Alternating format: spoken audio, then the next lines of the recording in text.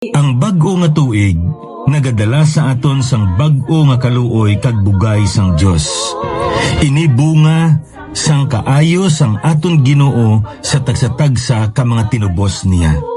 Gani pagig-upod kamo sa akon, kaysa sulod sining 30 ka minutos, aton pagapamanandungan ang mga prinsipyo kag pagtulunan sang pulong sang aton Ginoo natuhoy sa bag-o nga tuig. Bag-o nga kagayinan kag handom sa pag-alagad sa Dios kag sa pagtuon sang iya pulong. Ang dinalan sa kasulatan sa aton sini nga adlaw makita sa Manghulubaton kapitulo 30 kag akon pagabasahon ang versikulo 8 kag 9. Ang pulong sang Dios nagpahayag sa aton sa Manghulubaton kapitulo 30 versikulo 8 kag 9.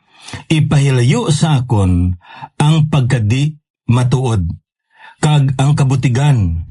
Dili ako pagatagi sing kaimulan, ukon kamanggaran. Pakan-a ako sang kalanon nga kinahanglanon ko.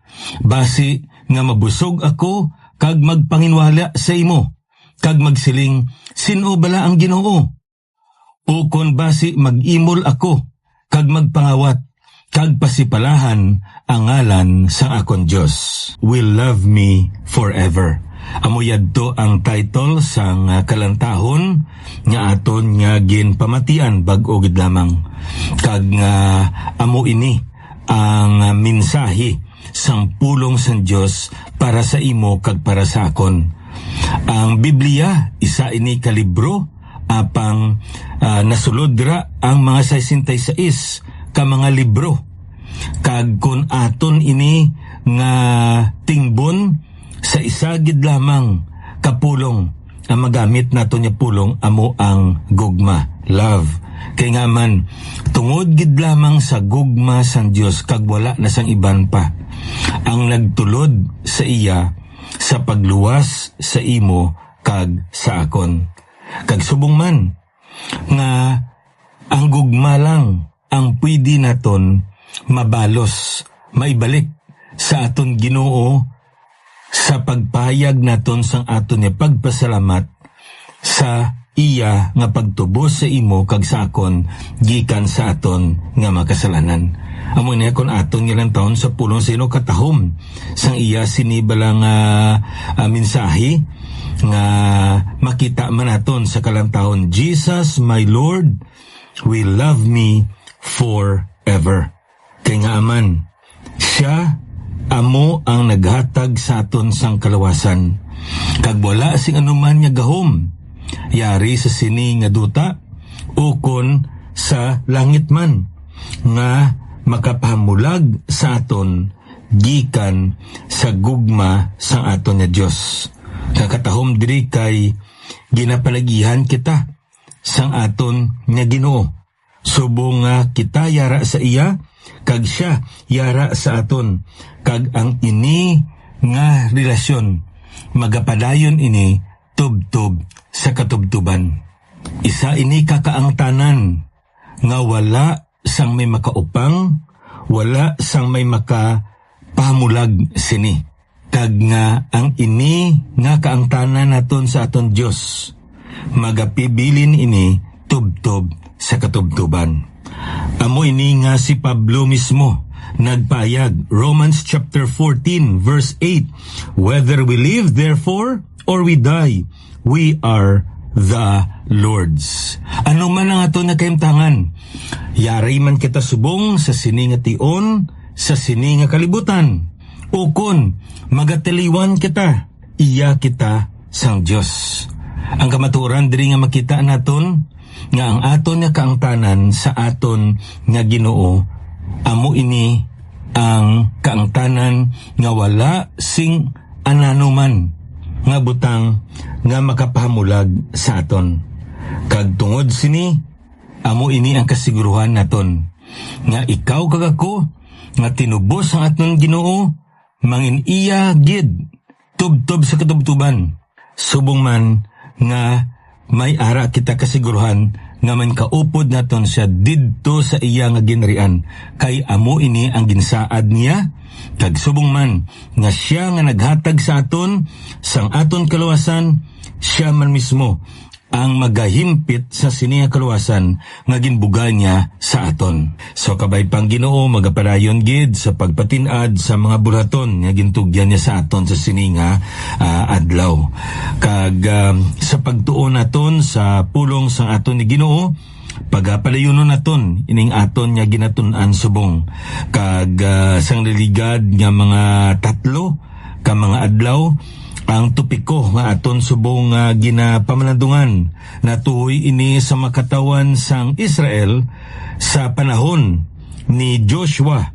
Kag amo ini ang Joshua chapter 3, amo ini ang dinalan nga tudlo sa aton kag nagapayag sa aton sang pagtabok sang mga katawan sa Israel sa Jordan River, agod nga ilang maangkon ang dutang saad. Kag ang isa diri kabutang nakita naton kag napamanandungan sa pulong sa Ginoo nga wala naghatag ang Dios ang kahilwayan sa ila kung paano nila tabukon kag bisan pa ang kunon ang dutang saad. Kung hindi naghatag gid sang mga kasuguan ang aton nga Ginoo kung paano nila tabukon ang ina nga suba, agod nga maangkon nila ang dutang saad. Kag ang aton nga natun-an sa naligad nga mauna anay ang kabansang katipan, the Ark of the Covenant. Kag nabaluan naton ang Ark of the Covenant, nagapahayag ina sang presensya sang Dios. But silingon nga ang Dios magauna kag nga magasunod sila.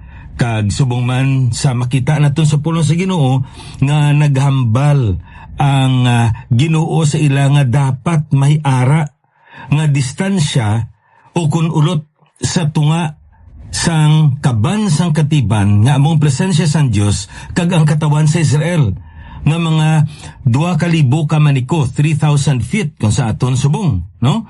Kag ini nagapahayag sang pagkabalaan sang Dios, kag subong man nagapahayag ina sang pagka matinumanon sang makatawan si Israel, kay naghatag ang Ginoo sang dako nga paandam subong sang digto man sila sa bukid sa Sinai nga dapat ilagid nga sundon kag tumanon ang anuman nga ginsugo sang Ginoo, ilabi na gid sa tion magpahayag ang Ginoo, kay kun hindi may ara nga silot ina kag amo ina ang kamatayon.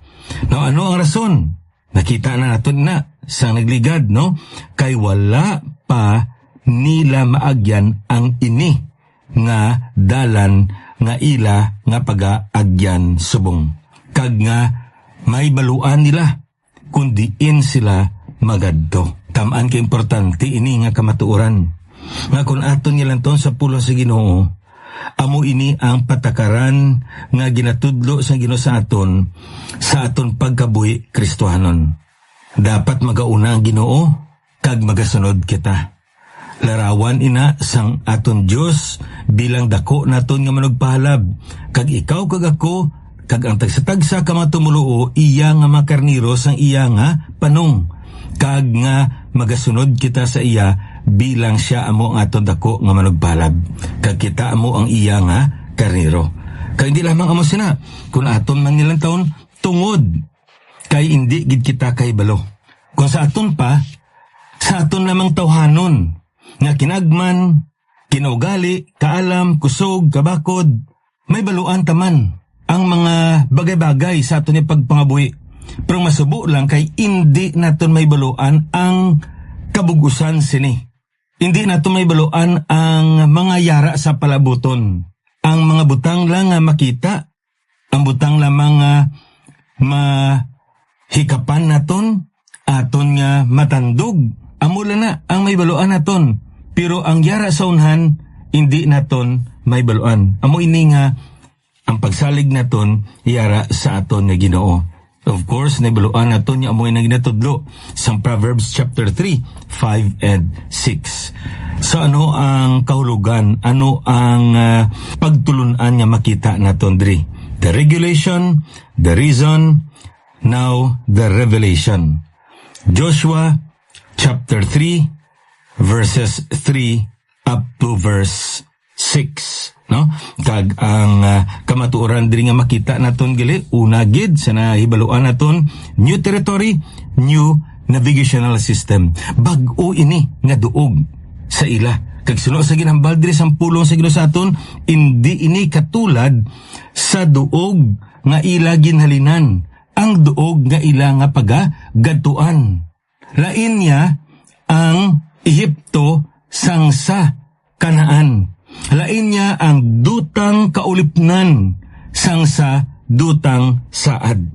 Kag ang kamatuoran diri nga makita naton, amo nga nagalarawan ang Ehipto sang kabuhi naton sang wala pa kita sa kaluwasan. Ulipon kita sang sala. Sa piyakabahin, ang Kanaan hindi inigali langit, kundi nagalarawan ini sang kabuhi sang nakabaton kita sang kaluwasan.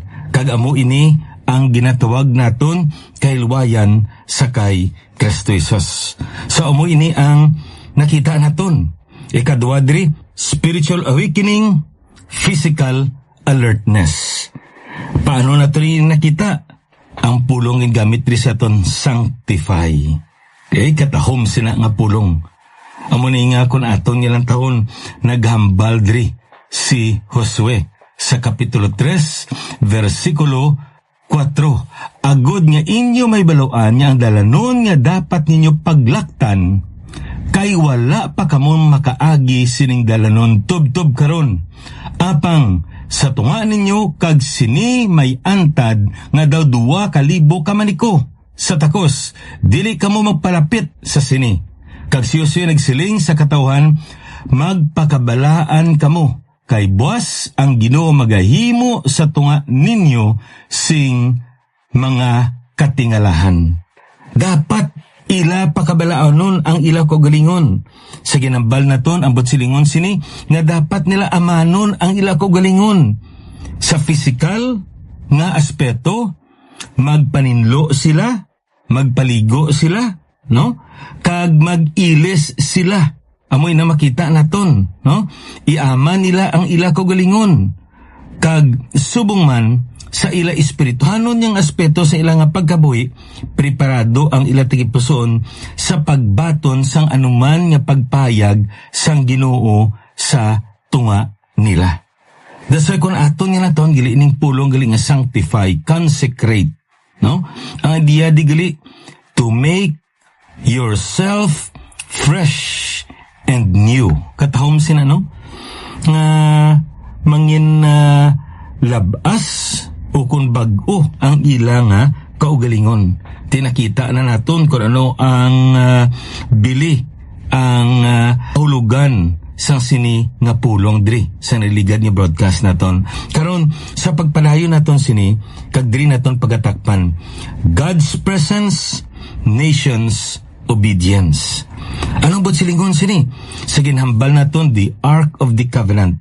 This item symbolized the presence of God. And in that particular situation, it teaches them that they need to follow the ark, representing God as their divine guide into their unknown future. So katahom sina, no? Nga kanaon nila nga ang Diyos gali amo ang ila nga manugiya, manugtoy-toy sa palaabuton nila nga hindi nila mapaktan. Pero naibaluan na ini san Diyos, kay iya san Diyos ang ila palaabuton. Amo ini nga dapat magsalig sila sa Diyos, kay ang Diyos mismo ang nakahibalo sang kundiin dapat nga banas nga ila pagalaktan.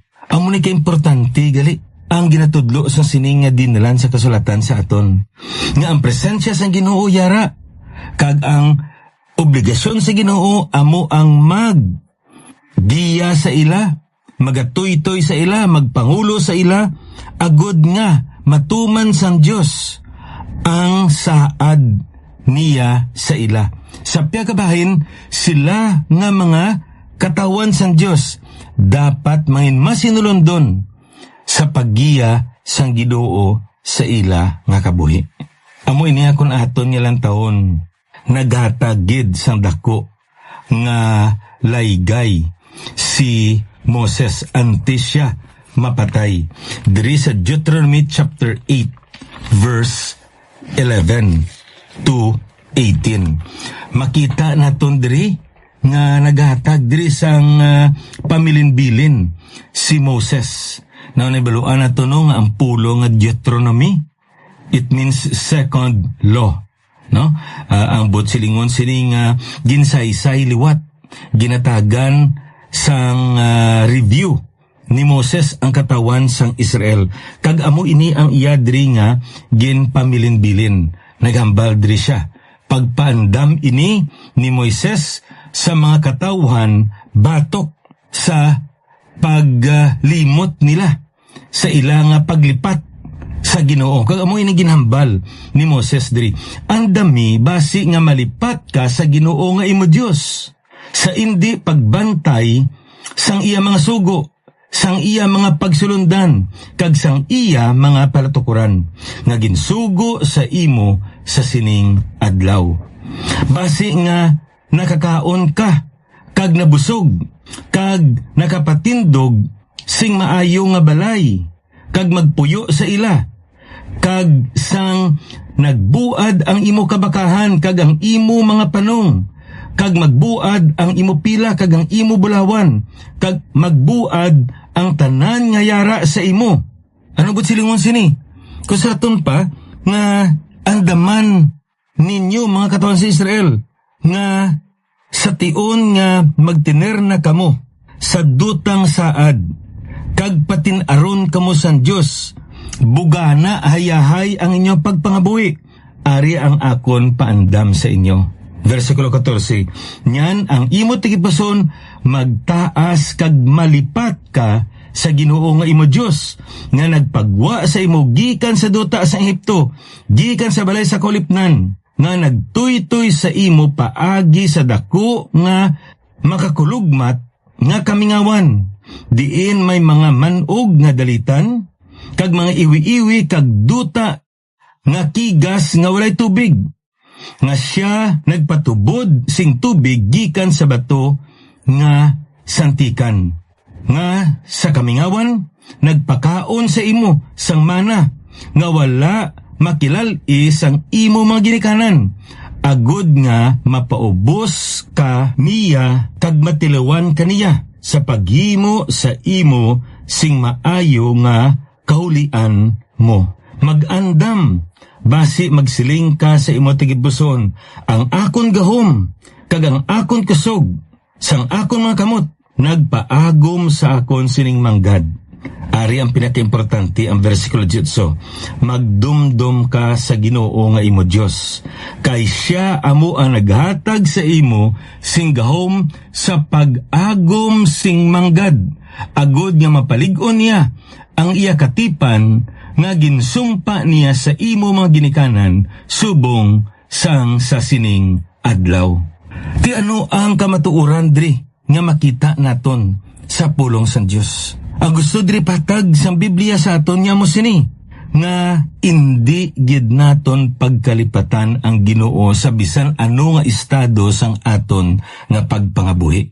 Ang ginpaandam diri sang aton nga Ginoo nga amo sini, ang tawo kun yara sa kabuganaan may ara katalagman.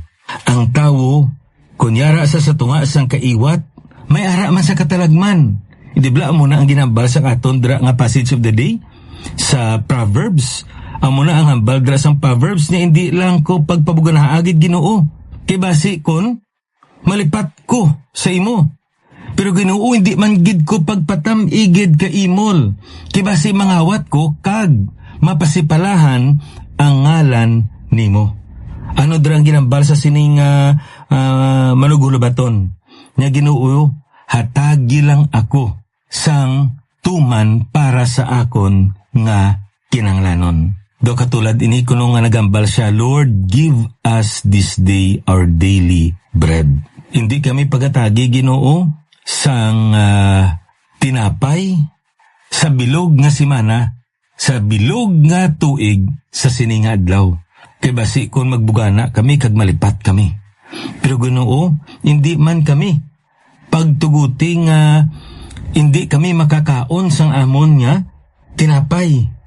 Kay basi kung mangawat kami. Nang manang butya silingon sa sina nga dinalan sang kasulatan.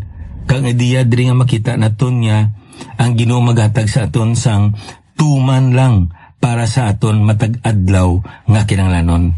Ang idea dira kung aton nilang taon, it speaks of contentment as well. Of course, nagambal sa aton ang Biblia, 1 Timothy chapter 6 verse 6. Godliness with contentment is great gain. Ano din kamatuoran nga makita naton sa tunga sang kabuganaan basi malipat sila. Ano bot silingon sini? May posibilidad gali nga ang manggad amo ini ang mapakataas sa tawo. Himuon niya ang tawo nga mataas pa siya sa iban. Kung manggaranon ang tentasyon sa iya, nga himuon niya nga labing importante, mas maayo siya, mas mataas siya sa mga isig kapariyo niya. Kay manggaranon siya kumpara sa ila. Sa piyakabahin, ano iya ang imol? Iya nga ginapakanubo ang iya kaugalingon. Pigado siya mo. Ti kay pigado siya, wala sa kwarta, ti pigado siya sa tanan-tanan niya butang. Ano ba't silingon sina? Ginapakanubo niya ang iya kaugalingon. Taman ini kadelikado kay duwa ini kabutang nga sala. Dapat nga ang aton gali iya. Nga anuman ang estado naton sa aton yung pagpangabuhi, hindi ang kwarta ang nagatag sa imo sa akon sing bili, kundi ang aton estado sa atubangan sang Ginoo. Manggaranon ka man, ukon imol ka man. Ulipon ka man, ukon agalon ka man. Griego ka man, ukon Hudiyo ka man. Ano ginambal dira sa aton sa Galasya? Isa kita sakay Kristo Jesus. That's why, kung aton diri nga lang taon, makita naton gili nga andaman naton ang ginatawag diri manggad. Kay ang manggad gali, hindi siya katulad sang isa ka espeho. Nga kung lang taon mo, imo ko galingon ang makita mo. Ang manablagi ng baldri ni Moses, nga ang kusog sang ila mga kamot, amo ang nagatag sa ila sang manggad. Tinagambal si Moses nga hindi ini espiyo. Dumdumon ninyo nga ang manggad katulad ini sa isa ka bintana. Nga kung maglantaw ka, langit ang makita mo, Diyos ang makita mo. Kay nga aman, kay ang naghatag sa imo sing gahom sa pag-agom sa manggad, amo ang Diyos. Nga agin patinad sila sang Diyos. Suno sa makita naton sa sininga dinalan sa kasulatan, Deuteronomy chapter 8 verse 18. Agod nga mapalig-on niya ang iya katipan, nga ginsumpa niya sa imo mga ginikanan. Subong sang sa sining adlaw. Ang kamatuoran diri nga makita naton nga mo sini. Ginatuman lang sang Dios ang ginsaad niya sa kay Abraham, kay Isaac, kag subong man sa kay Jacob. Kulang taon naton, taman katingkuyan, taman kabalingag ang ini nga mga katawan. Grabe diri ang makita naton sa kasingkal sang Dios sa katawan sa Israel, samtang nagapanglakatan sila sa kamingawan. Apa nga maayo gyapon ang Dios sa ila. Grabe ang ang pasensya sang Dios sa ila, ang bugay sang Dios sa ila, ang kaluoy sang Dios sa ila. Isa lang kabuta makita naton. Kay gusto sang Dios nga ipalig-on niya, iya tumanon ang ginsaad niya sa ginikanan sang sini nga mga katawan. May mga tinion sa aton gali kabuhi na ginapakamaayo kita sang Dios tungod sang aton nga mga ginikanan. May mga tinion sa aton gali kabuhi nga mga bugay nga nabato naton tungod ina sa mga saad pagpakamaayo nga ginhatag sang Dios sa aton ginikanan kag nag-ilig lang sa imo kag sa akon. Kag karon kabay pa nga amo man ini bilang mga ginikanan. Magkabuhi kita nga kalamutan sa tuman sa Ginoo. Agod nga mag-ilig man ang pagpakamaayo sa aton nga makabataan. Kaya nga man, agod ang Dios mapalig-on niya ang iya nga katipan sa ila nga mga ginikanan. So kabay pa ang ini nga dinalan sa kasulatan, makahatag sa atong singdugang pagid nga pagpatahag, pagangop, kung paano nato natubangon ang bag-o nga tuig nga ginhatag sang Ginoo sa aton. In closing, we need to realize the value of this particular passage. New territory, new navigational system. Spiritual awakening, physical alertness. God's presence, nations, obedience. And we should remember this. He will not bring us to a place or situation where He is not with us. Kay subungang kaban sa katipan nag-una sa katawan sa Israel. Ang presensya sang Dios nagauna sa aton kag indi niya kita mas-a nga pagatalikdan kag pabayan. Amo ini ang saad niya sa imo kag sa akon sa bag-o nga tuig. Sa madasal man niya broadcast ninyo abyan, alagad sa kanginan, Pastor Neil Vilches ang Ginoo magapakamaayos.